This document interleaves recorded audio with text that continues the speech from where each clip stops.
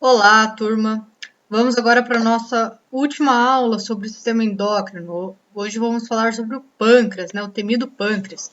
Então, o pâncreas ele é uma glândula mista, ok? Tanto exócrina quanto endócrina. Então, a porção exócrina do pâncreas é responsável por liberar as enzimas, né, pancreáticas e bicarbonato. Já a porção endócrina, né, são as ilhotas pancreáticas, né, as ilhotas de Langerhans, e elas que vão liberar os hormônios que nós veremos hoje. Então, aqui uma imagem, né, dessa ilhota pancreática. Nós temos aqui as células alfa, que vão secretar glucagon, tá, um importante hormônio aí pancreático. As células beta, que vão secretar a insulina. As células delta, que vão secretar a somatostatina. Tá? Ainda temos aqui a célula F, que vai secretar o polipeptídeo pancreático, mas essas a gente vai focar, né, no glucagon e na insulina. Antes de entrar, né, nas ações ali de glucagon e insulina, vamos a alguns conceitos aqui, né, revisar, relembrar vocês lá da bioquímica. Então, glicogênese e glicogenólise. Tá? Glicogênese, né, o final gênese aqui significa origem, né, início. Então, vai dar origem à molécula de glicogênio. Já a glicogenólise, final genólise ali significa quebra, então vai quebrar o glicogênio, tá? Então, o caminho em vermelho aqui é referente à glicogênese, que vai formar glicogênio. Então, nós temos a glicose, né, do sangue. Essa glicose, uma vez absorvida, né, nós não vamos entrar em detalhes aqui das reações, mas essa glicose ela vai ser convertida em glicogênio. Esse caminho, né, essa reação, entre aspas, aí, é chamada de glicogênese. Quando que acontece? Principalmente no estado alimentado, né? Um estado aí, entre aspas, de hiperglicemia. O que acontece? Quando o indivíduo se alimenta, tem a liberação, né, a absorção dos nutrientes, glicose, né, os aminoácidos, carboidratos, tudo, e daí essa glicose sanguínea ela se eleva, por isso ali hiperglicemia, entre aspas, né, uma situação momentânea.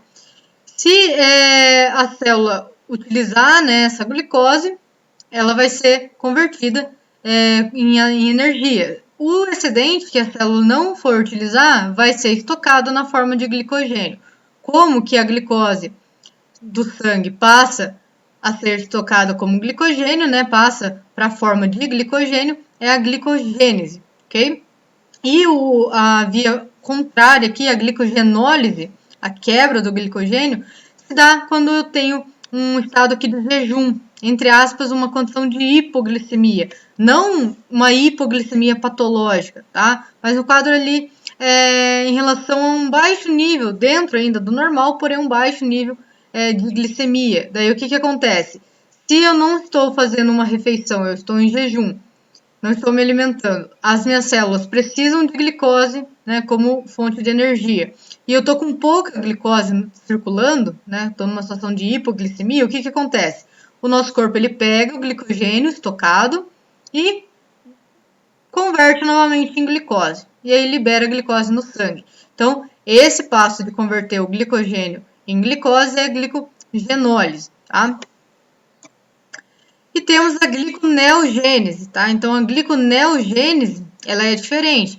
Eu tenho a produção aqui, a liberação de glicose a partir de outras fontes que não seja o glicogênio. Então, eu posso utilizar glicerol, ácido lático, aminoácidos para converter e formar aqui a molécula de glicose. Daí, essa molécula de glicose ela é também liberada na corrente circulatória. Quando que acontece? Quando eu estou no estado de jejum mais prolongado, tá? Eu estou há mais tempo em jejum, então eu já estou aqui quase sem glicose, né, de administração, de alimentação. Então, para evitar que tenha um quadro de hipoglicemia no corpo, né, tem o processo aqui de gliconeogênese. Então, são pegas essas outras moléculas e convertidas em glicose para manter sempre o nível de glicemia dentro do normal no nosso corpo. Aqui é uma coisa bastante interessante, né? Esses aminoácidos, né? Inclusive os aminoácidos de excesso de uma dieta, por exemplo, estritamente rica em proteína, né, ou exclusiva de proteína. Então, às vezes, o indivíduo vai lá fazer uma dieta e vai zerar o carboidrato, né, que significa não vai comer nada de carboidrato. Por quê? Porque ele sabe que carboidrato libera, né, vai formar glicose. Então, o indivíduo tenta fazer uma dieta lá e ele não vai ingerir nada de carboidrato para zerar o carboidrato dele, ele não ter quantidades elevadas de glicose nem glicogênio. Só que daí o que acontece? Quando não tem essa liberação de glicose, quando o indivíduo não come nada de carboidrato, não tem mais a glicose ali em condições normais, o que acontece? O corpo ele vai pegar inclusive esses aminoácidos. A parte dos aminoácidos, né, que forem necessários para síntese de proteína, desenvolvimento de músculo, etc., será utilizado. Mas o excesso vai ser convertido em glicose. Então, é errado, né, fazer uma dieta apenas com proteínas, achando que não vai, que vai baixar ali o nível de glicose ou que não vai ter acúmulo de glicose ou coisa do tipo. Então, porque esse aminoácido ele vai ser transformado ali para liberar moléculas de glicose. Se essa glicose não for utilizada, ela vai ser armazenada na forma de glicogênio também. Então aqui eu esqueci, né, de comentar a glicogênese, né, ela é estimulada pela insulina. Então a insulina é quem consegue captar a glicose do sangue e colocar para lado de dentro da célula, né, onde ela vai ser estocada na forma de glicogênio. E a glicogenólise é estimulada pelo glucagon, que é a quebra aqui do glicogênio, liberando uma molécula de glicose. E a gliconeogênese, ela é estimulada pelo glucagon também, né, porque eu estou produzindo glicose, e pelo cortisol, tá? Então, como eu falei no vídeo anterior, lá no vídeo da aula sobre cortisol, o cortisol, ele tende a aumentar a glicemia. Por quê? Porque ele aumenta a gliconeogênese, ele aumenta a produção de glicose a partir de outras moléculas. Então, a relação ali entre glucagon e insulina. O nosso corpo, ele sempre produz os dois hormônios, tá? Isso é importante estar claro na cabeça de vocês. Não vai ter assim uma hora que eu vou produzir só insulina, outra hora eu vou produzir só glucagon. Não, tem hora que eu produzo mais insulina e tem hora que eu produzo mais glucagon, mas sempre tem a liberação dos dois hormônios. Vamos começar aqui no estado alimentado. O estado alimentado, quem predomina é a insulina, tem maior quantidade de insulina, tá? Porque o corpo vai absorver os nutrientes e precisa que a insulina leve a glicose para dentro das células, para nutrir as células. E essa glicose ela vai ser armazenada na forma de glicogênio. Então, os efeitos aqui da insulina: aumenta a oxidação da glicose, síntese de glicogênio, aumenta a síntese de gordura e a síntese proteica. Quando está no estado de jejum, a insulina ela é pouco produzida, tá? Mas ela está aqui, assim como o glucagon, ele é pouco produzido no estado alimentado, mas ele está ali. Quem predomina no estado em jejum é o glucagon. Aí, o que o glucagon faz? Ele libera a glicose no sangue, então ele aumenta a glicogenólise, quebra do glicogênio em glicose, aumenta a gliconeogênese, a produção ali de glicose a partir de outras moléculas, e aumenta a cetogênese, né, que vai formar as cetonas. Então, para que evite, né, uma queda de glicose sanguínea, né, abaixo dos níveis normais, tem essa liberação de glucagon que vai fazer ali a reposição, né, de glicose no sangue. Ele vai colocando glicose na corrente circulatória, mantendo os níveis dentro do normal. Vamos começar por ele, então, né? O glucagon ele é secretado pelas células alfa pancreáticas, tem as funções aqui de aumentar a concentração sanguínea de glicose, né? Essa é a chave aqui. Aumenta a glicogenólise, aumenta a gliconeogênese e aumenta a lipólise, né? São formas de aumentar a concentração sanguínea de glicose.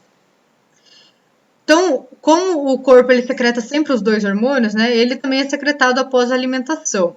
Isso garante os níveis normais de glicemia após uma refeição exclusiva de proteínas, sem carboidrato. Então, vamos pensar aqui. Se o corpo ele produzisse só insulina, o que acontece? O indivíduo se alimenta, tá? A parte ali de glicose vai para a corrente circulatória, a insulina capta a glicose e leva para dentro da célula. Isso quando o indivíduo come carboidrato, né? Come substâncias que vão liberar glicose. Se Se o indivíduo fizer uma refeição só de proteína, sem carboidrato, o que acontece?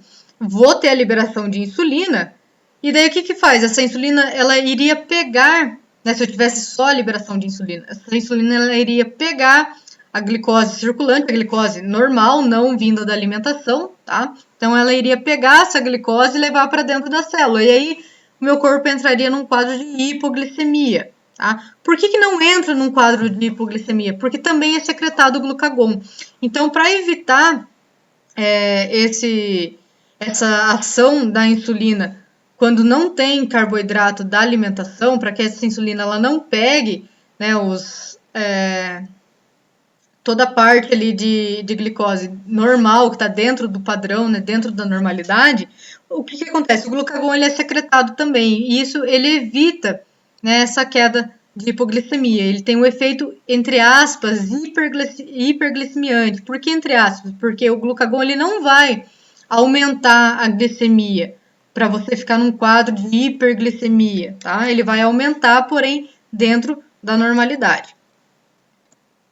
Então, aqui a relação, aí é um gráfico exemplificando essa relação. Então, em vermelho aqui eu tenho concentração de glucagon, a linha tracejada é a concentração de glicose no plasma, e a linha em verde é a concentração de insulina. E essa faixa aqui indica uma refeição, né, no tempo zero. Então, antes da refeição, o que eu tenho? O indivíduo normal, né, saudável. Baixa glicemia, né, abaixo aqui dos 90, que é dentro do padrão, né, dentro da normalidade. Então, a glicemia está baixa, né, a concentração de glicose sanguínea está baixa. Como tem pouca glicose sanguínea, não tem por que eu ter muita insulina. Então, a insulina está baixa também. Só que daí o que eu preciso? Eu preciso ter predomínio do glucagon. Por que eu preciso ter o predomínio do glucagon? Porque como o indivíduo aqui está em jejum, ele está antes da refeição, essa glicose aqui, se ela não for reposta, ela vai começar a baixar, entrando num quadro de hipoglicemia. Quem evita isso é o glucagon. Então, o glucagon ele faz o quê? Ele libera insulina na corrente sanguínea, né? Para manter esses níveis dentro do normal. Ele não vai elevar, tá? Ele vai manter dentro do normal. Ele vai, na verdade, evitar que abaixem os níveis de glicemia. Então, por isso que o glucagon aqui está alto. Quando eu faço uma refeição, os níveis de glucagon diminuem, porque agora a minha refeição, eu vou ter ali nutrientes, inclusive glicose, vinda dessa alimentação, então eu não preciso que o glucagon faça a liberação de glicose. Então, baixou o glucagon, a minha glicose sanguínea aumenta, e agora a insulina aumenta também.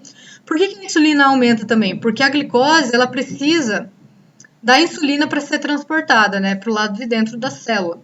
Então, se eu tenho bastante glicose sanguínea, eu preciso ter bastante insulina para transportar essa glicose. Conforme o nível de glicose vai diminuindo, ou seja, ela está sendo transportada do plasma, né, do sangue ali, para dentro da célula, então a concentração plasmática ela vai diminuindo também a concentração de insulina, certo? Então é dessa maneira que acontece a regulação, lembrando num indivíduo saudável. Vamos dar uma olhada nesse esquema aqui, ó. Então, ingerir uma refeição, tá? Vai começar ali o esquema com ingerir uma refeição. O que acontece? Em relação ao trato gastrointestinal, tem a distensão da parede do trato gastrointestinal, estiramento, né? Os receptores de estiramento vão detectar, vão acionar a questão de motilidade, etc. E vai ter estimulação de quem? Do sistema nervoso parasimpático, tá? Que é o sistema nervoso autônomo relacionado ali com repouso e digestão. Então, se eu precisei, né, ingerir uma refeição, preciso digerir essa refeição, eu tenho estimulação parasimpática.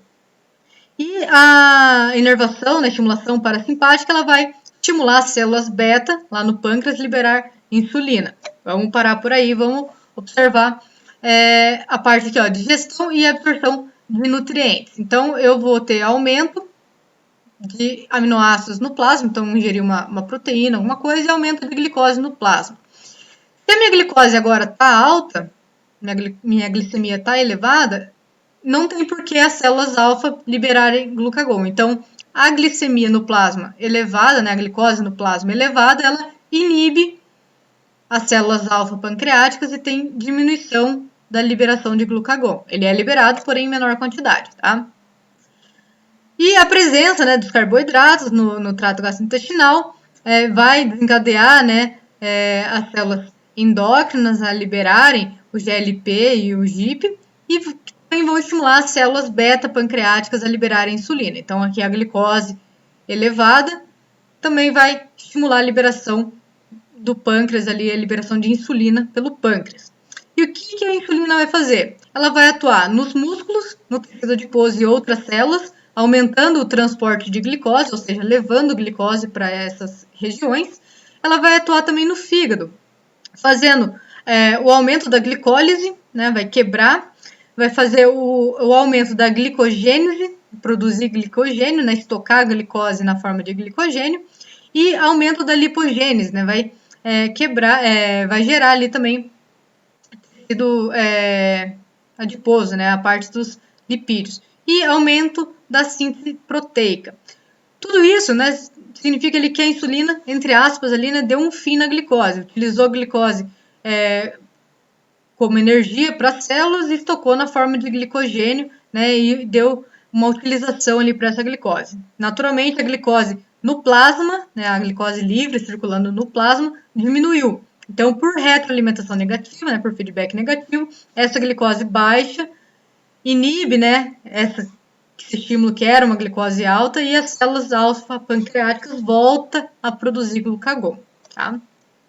Então, é basicamente esse aí o efeito, né, da insulina, né, as ações ali da insulina. Aumentar a captação de glicose pela célula, né, então a célula precisa da glicose como substrato ali para sobreviver, para tirar energia. Quem permite isso é a insulina. Aumenta a formação de glicogênio, diminui, né, aqui a glicogenólise e a gliconeogênese, aumenta a síntese de proteína, aumenta a deposição de lipídio e diminui a lipólise, tá? A insulina, ela tem um chamado efeito anabólico, um efeito, entre aspas, ali de crescimento, tá? Por quê? Porque ela vai estimular síntese de proteína, tá? Vai estimular o uso de glicose pela célula, então ela tem uma relação ali de efeito anabólico. Logo, se o indivíduo ele tem diminuição ou ausência de insulina, tem o efeito contrário, o indivíduo não vai conseguir crescer, tá? Ele vai começar a degradar. Por quê? Vai sofrer catabolismo, tá? Vai sofrer quebra. Então, se o indivíduo ele não tem insulina ou produz muito pouca insulina, ele pode pode ter esse efeito de catabolismo. A insulina, entre aspas, né, ela é dita que tem um efeito hipoglicemiante. Por que hipoglicemiante? Porque a insulina ela vai baixar a glicemia, né? Vai baixar os níveis de glicose no sangue. Por que entre aspas? Porque quando a glicemia está normal, a insulina não vai causar uma hipoglicemia, tá? Então, se a glicemia está normal, a insulina ela não vai captar ainda mais essa glicose para dentro da célula, causando hipoglicemia. Por isso que o efeito hipoglicemiante ali é entre aspas, assim como o do glucagon, o efeito hiperglicemiante também é entre aspas. E depois a gente vai ver, né, como que a célula, né, como que a insulina, ela consegue baixar a glicemia para dentro do normal, né, uma situação de hiperglicemia, a insulina ela consegue baixar essa glicemia para o normal, mas sem estar num quadro de hipoglicemia. Isso é bastante interessante. A insulina ela exerce um efeito permissivo no hormônio do crescimento. Então, além de favorecer aqui síntese de proteínas, ela tem um efeito permissivo, né? Ela vai aumentar ali a ação do hormônio do crescimento. Portanto, se uma criança, né, um indivíduo com deficiência de insulina, ele não vai ter um crescimento normal, mesmo que ele tenha concentrações normais de hormônio do crescimento e hormônios da tireoide. Mas se ele tiver deficiência de insulina, ele não vai conseguir ter um crescimento normal. Então, aqui eu trago esse exemplo, né? Reparem aqui na data, 15 de dezembro de 1922, né? Aqui está o menino com 6,8 kg. 2 meses depois, 15 de fevereiro de 1923, 13,2 kg. Então, o que acontecia aqui? Esse indivíduo, ele não produzia insulina, ele era um indivíduo diabético, tá? E o corpo, ele estava, né, basicamente ele se autoconsumindo, não conseguia gerar proteína, né, sintetizar proteína, estava utilizando proteína como fonte de energia, estava utilizando gordura como fonte de energia. Por quê? Porque as células desse indivíduo ele não conseguia utilizar a glicose como fonte de energia. Por que não conseguia utilizar a glicose? Porque ele não tinha produção de insulina. Então ele foi o primeiro paciente diabético, né, tratado com insulina, e os pesquisadores aqui da época ganharam o prêmio Nobel ali por conta dessa descoberta. Há alguns transportadores de glicose, né, que são bastante interessantes. Então a glicose ela pode ser transportada por difusão facilitada, né, por uso aqui de proteínas transportadoras, que são os GLUTs, né, GLUT 1, 2, 3, 4, são os principais que a gente vai ver hoje.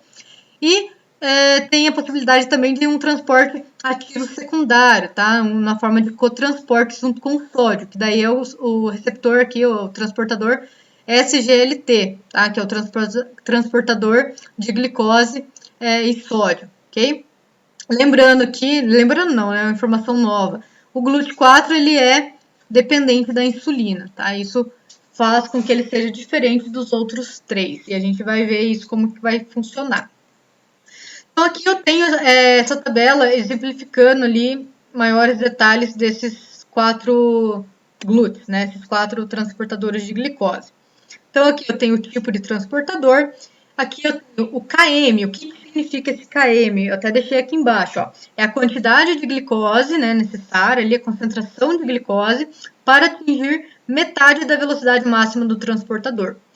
Ou seja, para o GLUT1, eu preciso de uma, duas, né, quantidades ali de glicose para que o receptor, para que esse transportador, ele funcione na metade já da sua velocidade. Já o GLUT2, eu preciso de 15 a 20 quantidades de glicose para exercer o mesmo efeito. Ou seja, o GLUT1, ele consegue trabalhar mais, né, e mais rápido com pouca concentração de glicose. Já o GLUT2, ele precisa de uma concentração muito mais alta de glicose para ter o mesmo efeito. Tá? É basicamente isso. Em relação à distribuição, né, que é onde que eles estão mais presentes, e as características que a gente vai discutir de um por vez. Né? Então aqui, o GLUT1, ele tem um baixo KM, apresenta uma ampla distribuição, uma alta concentração, principalmente no cérebro, e eritrócitos e endotélio. Aí é chamado ali de transportador constitutivo. O GLUT3, né, tem um KM ali intermediário e está principalmente nos neurônios e na placenta. É um transportador de alta afinidade.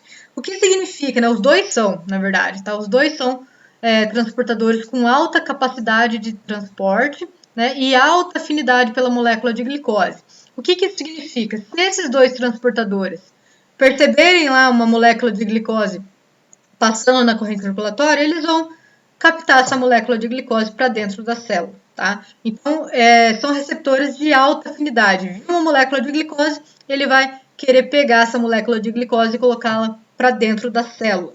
Por isso, a importância de ter esses tipos de transportadores em regiões, por exemplo, região cerebral, região neuronal, tá?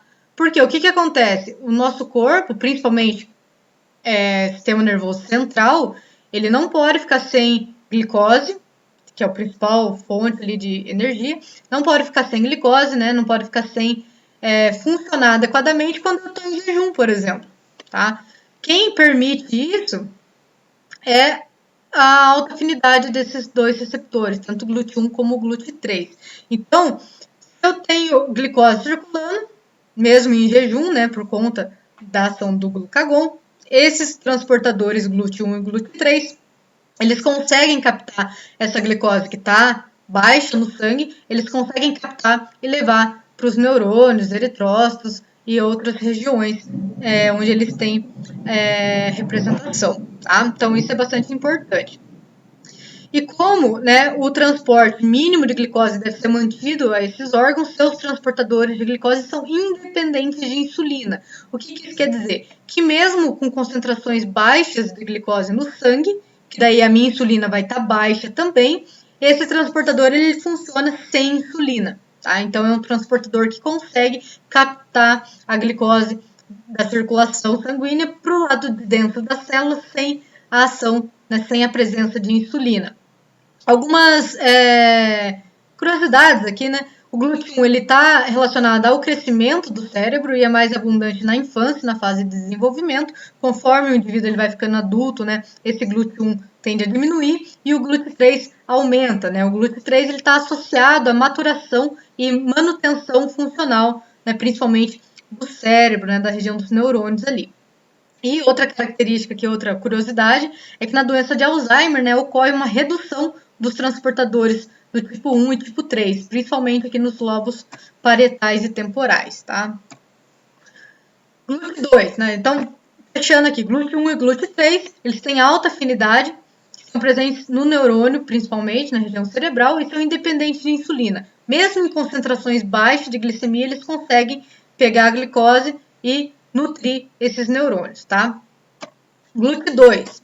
GLUT2 ele está mais presente que os rins, intestino delgado, fígado, pâncreas, células beta, né, do pâncreas e hipotálamo. E é um transportador de baixa afinidade.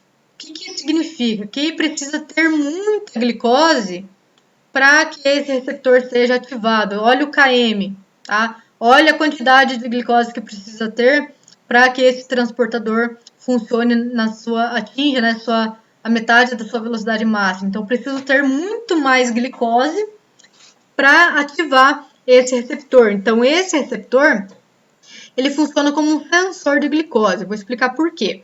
Vamos nessa primeira imagem aqui, ó, nesse primeiro lado aqui. É uma situação aqui onde eu tenho baixa glicose sanguínea, tá? Tenho pouca glicose. Se eu tenho pouca glicose, né, provavelmente quem está em ação aqui é o glucagon, tá? Porque eu tenho baixa glicose, eu estou no estado de jejum, então eu tenho baixa insulina. Quem está em maior quantidade ali é o glucagon, ok? Se tem baixa insulina, significa que a captação dessa glicose vai ser baixa. Tá? Por quê? Porque esse transportador GLUT2 ele é sensível, ele serve como um sensor. Por que não temos um quadro de hipoglicemia em condições normais? Porque se a glicose já está baixa, no estado de jejum, esse transportador ele não vai pegar essa glicose e trazer essa glicose para dentro. Porque ele consegue perceber que essa glicose já está baixo lá. Ele faz o contrário. Ele pega o glicogênio, né, a forma de armazenamento aqui da glicose, quebra moléculas de glicose e libera a glicose da célula para a corrente circulatória. Tá? Então, esse GLUT2, por isso que ele é chamado de sensor. Se a glicose sanguínea está baixa, ele tem essa capacidade de aumentar a liberação de glicose para o sangue, ok? Essa característica é por conta desse alto KM que ele precisa, né? Ou seja, ele só vai transportar a glicose para o lado de dentro da célula se tiver muita glicose para o lado de fora, tá? Então, é um receptor de baixa afinidade. E a questão aqui do sensor de detectar justamente essa quantidade, se está baixa ou está alta. Isso foi no jejum. E quando eu estou no estado alimentado? No alimentado eu tenho uma concentração alta de glicose. Agora, espero que o meu corpo absorva essa glicose, né? As minhas células absorvam essa glicose. Então, eu tenho liberação de insulina. A insulina se liga nesse receptor, né? Desencadeia uma cascata de sinalização, onde eu tenho aqui agora que essa glicose elevada, o GLUT2 ele vai trazer parte dessa glicose para o lado de dentro da célula, porque aqui dentro da célula agora a glicose está baixa, tá? Então o GLUT2 ele consegue perceber onde que a glicose está baixa, né, e onde que a glicose está alta e fazer essa liberação de glicose ou absorção de glicose. Aqui mostrando, né, mais um exemplo desse GLUT2, tá? Se tem muita glicose, vai ter muita insulina ali, né? E essa glicose começa a entrar para o lado de dentro ali da célula, né? Vai ser absorvida pela célula. Já o GLUT4, ele é um pouquinho diferente, ó, ele está presente no músculo esquelético, cardíaco e tecido adiposo, tá? O GLUT4, ele é um transportador dependente de insulina. Então, os outros três que nós vimos, eles não dependiam de insulina. O GLUT4 depende. Por que o GLUT4 depende? O GLUT4 ele é um receptor diferente, ele não está na membrana da célula, tá? Ele está guardado dentro da célula, ele está internalizado em vesículas secretoras. Tá? Então aqui está o meu receptor, aqui está o meu transportador GLUT4. Ele não está na membrana, isso aqui é importante, tá? Aí o que acontece? Se eu estou em jejum, eu tenho, né, baixa concentração de glicose e eu tenho pouca insulina. Então, a insulina ela não vai se ligar aqui nesse receptor. Se a insulina não se liga nesse receptor de insulina, e esse transportador ele depende da insulina, significa o quê? Que nesse caso ele vai ficar guardadinho ali dentro da célula. Tá? Ele não vai ser expressado aqui na membrana. Então, a glicose vai continuar na circulação por meio por ação aqui desse transportador, tá? Nós vimos que os outros conseguem captar um pouco de glicose. Já quando eu estou no estado alimentado, o que acontece? Eu tenho bastante glicose e agora eu tenho liberação de insulina, tá? E a insulina vem e se liga nesse receptor. Quando a insulina se liga nesse receptor, ela vai desencadear também uma cascata de sinalização e vai informar essa vesícula secretora aqui, que contém o transportador GLUT4, que tem muita glicose lá fora, que ele precisa vir aqui para a membrana para captar essa glicose. Então, a insulina se liga ao receptor, sinaliza para que essa, né, desencadeie aqui uma cascata de sinalização, para que essa vesícula libere o GLUT4 por exocitose e que esse receptor fique integrado aqui na membrana. Então, por ação da insulina, o GLUT4 ele sai, né, da vesícula internalizada aqui na célula e fica na membrana da célula. Agora sim, o GLUT4 ele consegue captar essas glicoses, né, e transferir aqui para o lado de dentro da célula, para a célula poder utilizar. Então, se não tiver insulina se ligando aqui, não vai acontecer esse tipo de transporte, tá? Salvo, por isso que ele é dependente de insulina.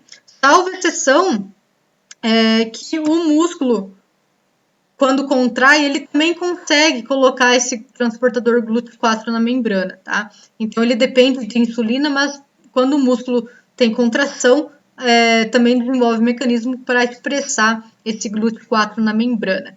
Então, aqui, né, mais um exemplo, né, mais um esquema. A insulina se liga ao receptor. Ao se ligar a esse receptor, a insulina ela vai fosforilar, né, o substrato do receptor de insulina, né, esse IRS, né, então aqui o substrato de receptor de insulina, a insulina ela vai fosforilar, vai colocar um grupamento fosfato ali, então houve uma fosforilação. Feito isso, né, vai desencadear a via segundo mensageiro, né, ou fatores de transcrição e aumentar ou diminuir a ação enzimática e alterações no metabolismo. Né? Então, toda essa parte de sinalização nós não vamos entrar em detalhes, basta saber aqui que a insulina se liga ao receptor, a fosforila aqui, né, o substrato de receptor de insulina, desencadeia as sinalizações e aumenta aqui a atividade, né, do transportador GLUT4, né? Consegue colocar aqui o GLUT4 na membrana da célula para que ela trabalhe captando a glicose sanguínea para o lado de dentro da célula. Temos os transportadores, né, de glicose e sódio, né, o SGLT. Nesse caso é um cotransporte. Por que é um cotransporte? Porque as duas substâncias elas estão sendo transportadas no mesmo sentido. No caso aqui, do lado de fora da célula, né, do intestino ou néfron, para o lado de dentro, para o fluido intracelular. Esse caso aqui, né, como é um cotransporte, é um tipo de transporte ativo, tem gasto de energia. Nesse caso, eu preciso primeiro que o sódio se ligue a esse receptor, né, esse transportador, e só depois que o sódio se ligou nesse transportador, que aí a glicose consegue se ligar, porque aí consegue aparecer o sítio de ligação aqui para a glicose, tá? Então, enquanto o sódio ele não se liga aqui, a glicose também não consegue ser transportada. O sódio se ligou, ativou, né, liberou o sítio de ligação para a glicose se liga ali e aí eu tenho o transporte das duas substâncias, tá? Chamado aí de cotransporte ou synporte.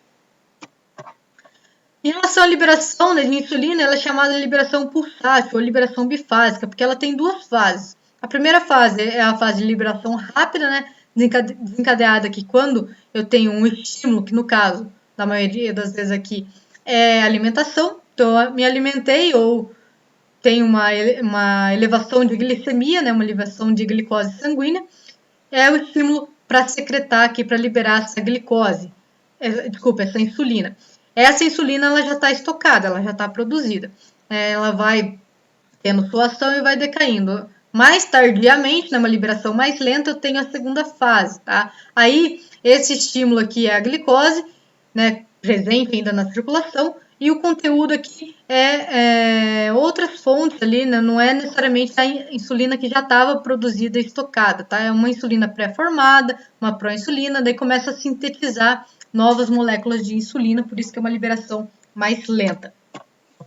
Um comparativo aqui entre insulina e glucagon, né, para finalizar aqui essa parte de feedback negativo. Então, quando o nível baixo de glicose sanguínea, né, quando eu tenho o nível baixo de glicose sanguínea, uma situação aqui de hipoglicemia, as células alfa secretam glucagon. O glucagon ele faz o quê? Ele aumenta a liberação de glicose no sangue. De que forma? Converte o glicogênio que estava estocado em glicose e forma a glicose a partir de outras moléculas, que é a gliconeogênese. E a glicose ela é então liberada na corrente circulatória até normalizar a glicemia. Se chegar a um ponto que a glicose continuar subindo, o que acontece? A glicose muito alta, ela vai fazer o que? Ela vai inibir, ela vai aqui ó, estimular as células beta secretarem quem? Insulina. Tá? Então, se a minha glicose continuar subindo e eu entrar num quadro de hiperglicemia, a glicose vai estimular a liberação da insulina. E a insulina faz o quê? Pega o excedente, né, de glicose do sangue e leva para dentro da célula. Tá? E aí o nível sanguíneo de glicose cai. Então, são dois hormônios que precisam estar em funcionamento constantemente. Tá? Então, os dois estão presentes no organismo. Ora, um está mais alto, ora o outro está mais alto, mas os dois estão presentes fazendo aí essa regulação do nível sanguíneo de glicose. Aqui, né, a comparação, né, disso que a gente viu, tá? Não vou repetir, porque é basicamente ali as funções que a gente acabou de comentar no slide anterior. Diabetes, né? Então, quando a gente fala de patologia associada à glicose, né, transportador de glicose, a pâncreas, a gente fala de diabetes mellitus. Então, no diabetes mellitus, nós temos ou uma secreção inadequada de insulina, ou seja, produz pouca insulina, ou uma resposta anormal das células-alvo. Isso vai gerar um quadro de hiperglicemia. O que é uma hiperglicemia? Quantidade elevada, né, concentração elevada de glicose no sangue. Isso é o que caracteriza diabetes. Vai levar a poliúria, né, e a glicosúria. Glicosúria eu vou eliminar o excesso, né, como tem excesso de glicose no meu sangue, eu vou eliminar também na urina. Então, a glicosúria é a presença de glicose na urina. E poliúria significa que o indivíduo ele vai urinar muito, né, um volume muito grande de água, de líquido sendo eliminado. Por quê? Como eu tenho uma concentração de glicose na urina, né, uma concentração ali fazendo um efeito osmótico, gerando um efeito osmótico, eu preciso de muito mais água para eliminar essa glicose. Por isso que o diabético, né, a urina do diabético, ela é adocicada porque tem presença de glicose e é uma urina que tem que ser mais clara. Por quê? Porque o indivíduo que é diabético, ele urina várias vezes ao dia em uma quantidade de volume bastante alto, né, por conta ali da poliúria. Temos dois tipos de diabetes, basicamente, né? Nós vamos ter esses dois tipos sem aprofundar outras particularidades. Então, o diabetes tipo 1, o indivíduo ele tem a deficiência de insulina, tá? Por quê? Porque é devido a uma destruição das células beta-pancreáticas. Isso é caracterizado, né, como uma doença autoimune, né? Tem o fator genético ali associado. Como o pâncreas, né, as células beta-pancreáticas não conseguem produzir insulina, né? O paciente que tem diabetes tipo 1, ele é também chamado ali, né, de insulino dependente, ou seja, ele precisa fazer a reposição de insulina, ele precisa injetar insulina. E por que a insulina ela é injetável, né? Por que não tem por via oral? Porque ela seria degradada por via oral. Tá? É um peptídeo ali que vai ser degradado se fosse administrado por via oral. Então tem que ser injetável. E é o diabetes aí que é descoberto quando o indivíduo ainda é criança, jovem, né? Descoberta mais recente, né? Por conta dessa destruição ali autoimune. Já o diabetes tipo 2, o indivíduo ele produz insulina, tá? Só que essa insulina ela não consegue exercer seu efeito devido a um mecanismo de resistência à insulina. Tá? Então, o indivíduo que tem diabetes tipo 2, ele não tem, assim, deficiência de insulina. Ele produz insulina, só que a insulina não consegue fazer seu efeito. Então, é chamado, né, de insulino não insulino dependente, né, não vai depender aí de insulina. É também chamado, né, o diabetes da maturidade, né, que é descoberto depois dos 40 anos, né, mais ou menos. Só que, com a nossa mudança alimentar, o que acontece? Nós temos muito mais crianças e jovens obesos, né? Então, pode aparecer esse tipo de diabetes em crianças e jovens obesos também, porque a obesidade é um dos fatores que pode levar a essa resistência à insulina, desenvolvendo aí um quadro de diabetes tipo 2. Complicações que podem ter devido ao diabetes, né? Por conta do efeito osmótico, né, da glicose elevada no sangue, o que acontece? Angiopatia. O que é angiopatia? Lesão vascular. Então, como eu tenho muita glicose no meu sangue, eu preciso diluir, né, essa glicose. Então, eu preciso de mais líquido circulante, tanto no sangue como na hora de eliminar essa glicose pela urina. E isso começa a causar uma lesão vascular, tá? Aí, lesão vascular onde? Todos os lugares, né? Então, retinopatia, lesão vascular na retina, nefropatia, lesão nos rins, né, nos néfrons, neuropatia autonômica, né? Lesão neuronal, principalmente das fibras simpáticas, tá? E essa lesão das fibras simpáticas, elas podem levar a alterações cardiovasculares, como infarto, e AVC principalmente, né? E aqui a questão de nefropatia pode levar à insuficiência renal. Então, os nossos rins, eles estão constantemente filtrando, né? Quer dizer, os rins de um indivíduo com diabetes estão constantemente filtrando esse excesso de glicose, eliminando esse excesso de glicose na corrente circulatória e uma grande quantidade, um grande volume de água. Então, além dessa nefropatia aqui, pode levar a uma insuficiência renal. Vamos ver esse esqueminha aqui bem interessante, tá? Um esquema de diabetes tipo 1. Como que eu sei que é um diabetes tipo 1?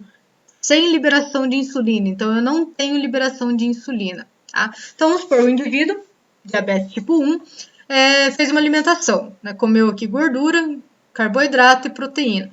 Então, vamos começar pelo metabolismo de gordura, né? Vai ter um aumento de ácidos graxos no plasma.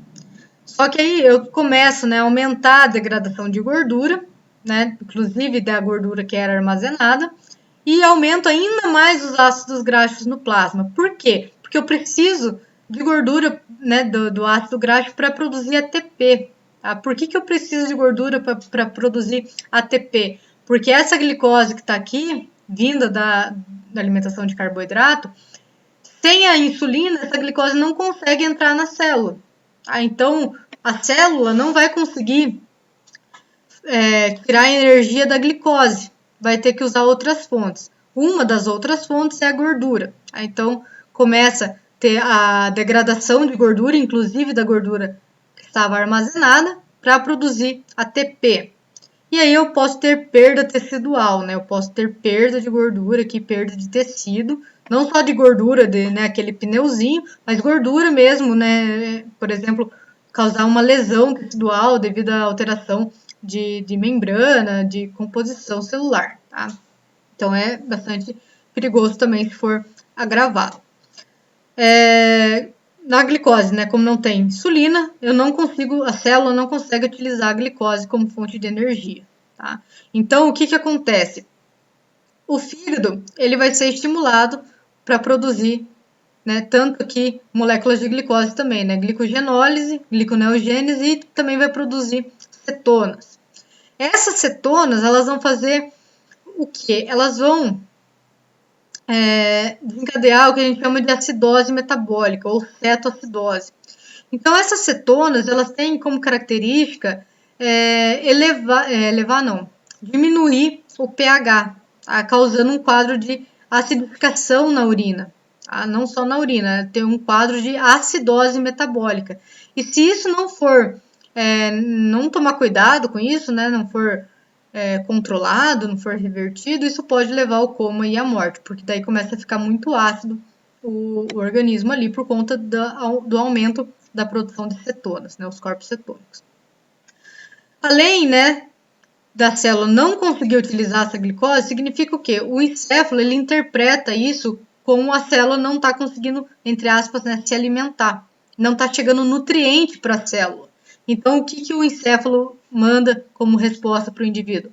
Para ele comer.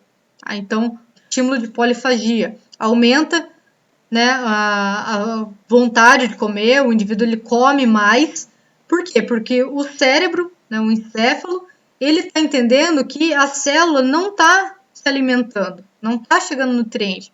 Só que por que não está chegando nutriente? O indivíduo ele está se alimentando, ele fez uma refeição, a refeição foi absorvida. Quem não foi absorvida é a glicose. Por quê? Porque não tem insulina. Tá? Mas como o mecanismo aí do encéfalo tentar reverter essa situação, ele aumenta ali o hábito alimentar do indivíduo, né? Então caracterizado pela polifagia. Aminoácidos, né, vindo ali da digestão das proteínas. Num quadro de diabetes tipo 1, eu vou ter a diminuição desses aminoácidos, como utilização ali das células, né, vou ter aumento de degradação de proteína. Por quê? Porque esses aminoácidos, eles precisam o quê? Produzir ATP. Então, tanto aminoácido como gordura, eles serão consumidos, né, tanto o ácido graxo como os aminoácidos da proteína, eles são consumidos ali para produzir ATP. Por quê? Porque a célula não consegue produzir ATP dessa glicose, porque ela não consegue ser absorvida sem insulina. Por isso, o caso daquele menino lá que eu mostrei a foto, né, antes e depois do tratamento de insulina. Ele era bem magro, porque o corpo estava usando as reservas de gordura para produzir ATP, e ele era praticamente ali pele e osso, porque ele não tinha nem a gordura e nem massa muscular, porque também estava sendo utilizada as fibras musculares para produzir ATP. Por quê? Porque o sistema dele não produzia insulina e o corpo dele não conseguia utilizar glicose como fonte de energia.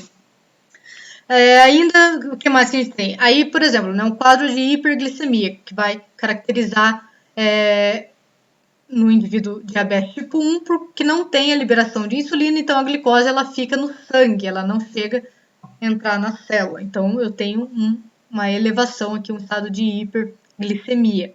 Essa hiperglicemia, né, vai resultar numa glicosura, que eu vou eliminar a glicose na urina, como a gente viu.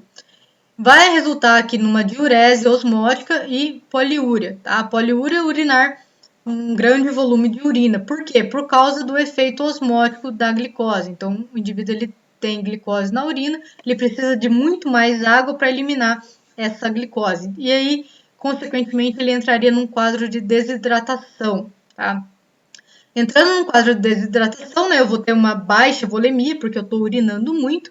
Vou ter, né, diminuição aqui da pressão arterial, podendo levar a insuficiência cardíaca, insuficiência circulatória, coma e morte. Tá?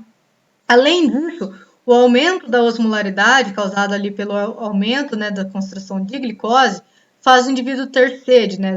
A desidratação também faz o indivíduo ter sede, para que ele reponha a água. Então, polidipsia, né, a ingesta excessiva ali de água, né, de líquido, também é uma característica dessa doença.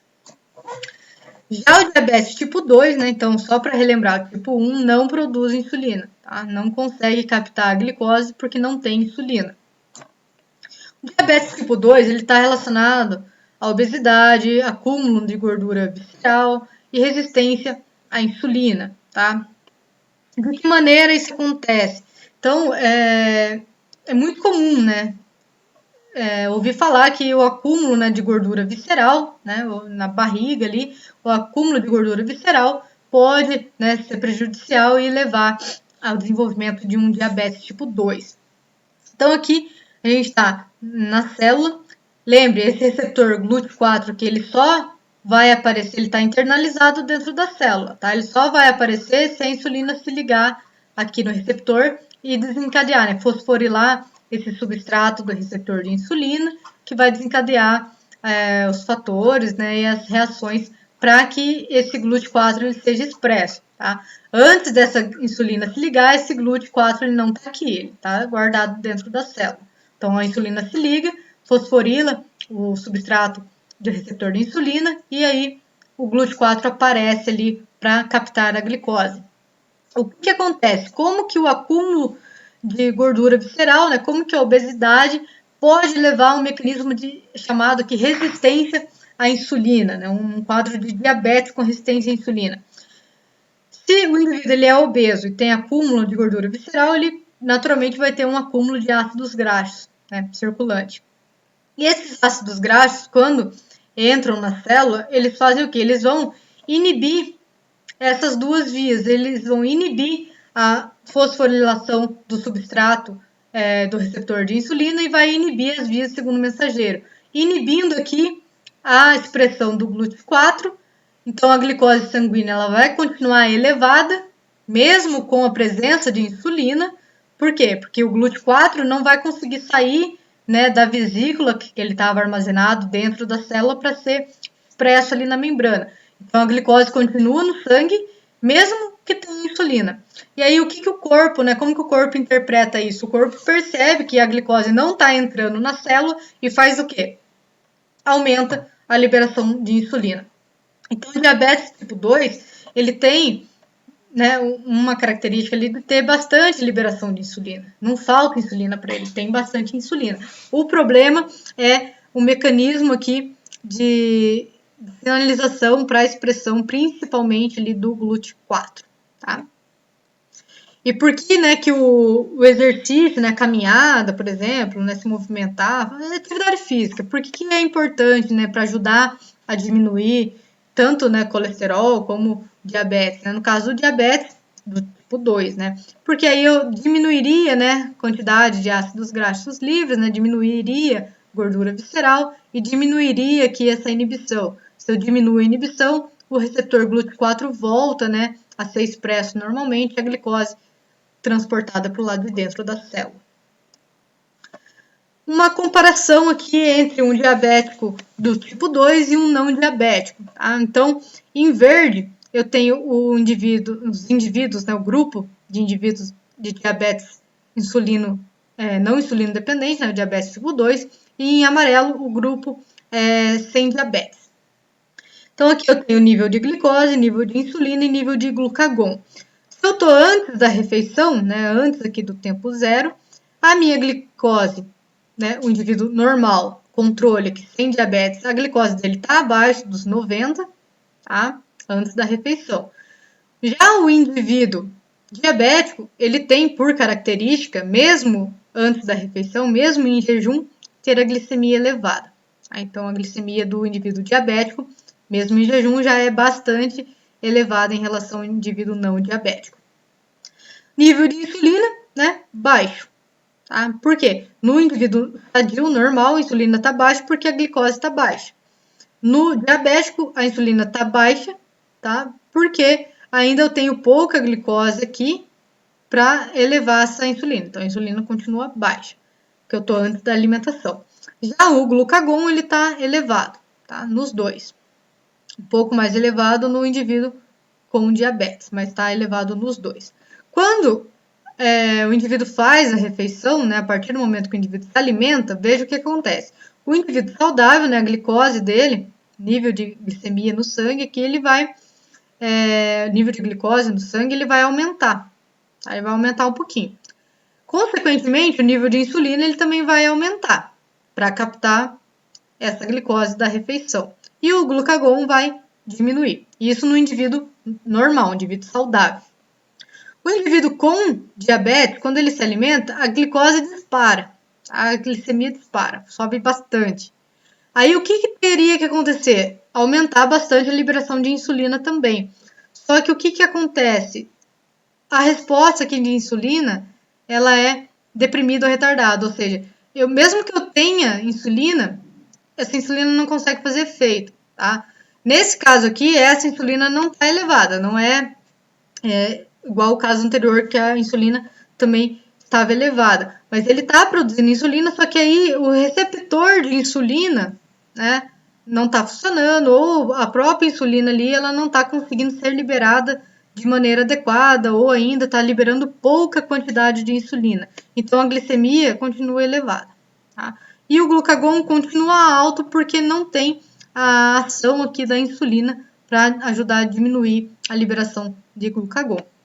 Então aqui é só um comparativo aí, né, entre um indivíduo diabético e não diabético. Esse desenho aqui eu achei